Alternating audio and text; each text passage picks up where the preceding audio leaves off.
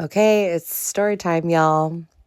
Did you know that 11 years ago, I had another YouTube channel where I read angel and oracle cards? Yeah, it's true. And I was probably one of the original readers. Isn't that insane?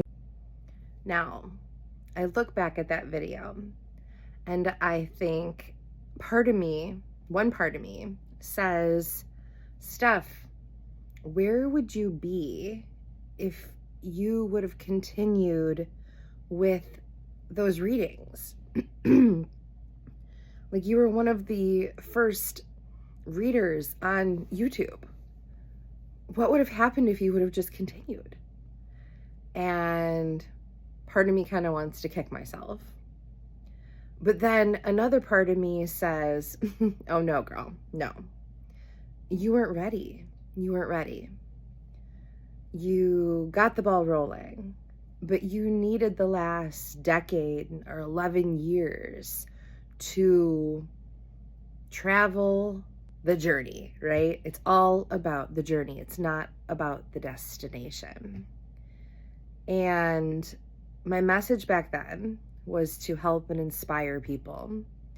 And my message today is to help and inspire people. I'm a lot more wiser and stronger and more compassionate and more transformed, for sure. And honestly, the reason why I stopped at that point, just for the YouTube readings, my little baby business, my little baby energy business really did take off locally. We built a beautiful community over the last decade here. However, I did quit. I lost my spark a little bit. At that time, I was going through one of the most traumatic and to date heartbreaking situations of my life.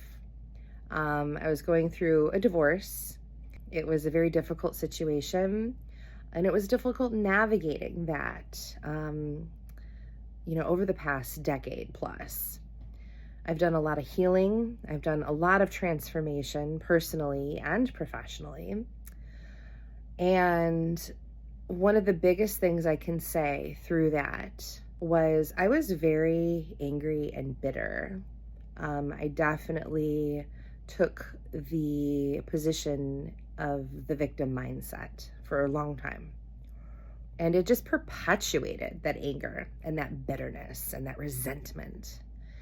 And I did have a lot of love, in my heart. Those two things can coexist. And there's no one that says your grief or how you process something has to look a certain way. We all do this differently, and we're all on different timelines. Mine just took almost a decade. But last year, I really started working on transforming that grief. And I don't know if I'm all the way there, honestly. I may never be there because life moves in cycles and goes around and around and around constantly, right? It's my belief that we're never truly healed.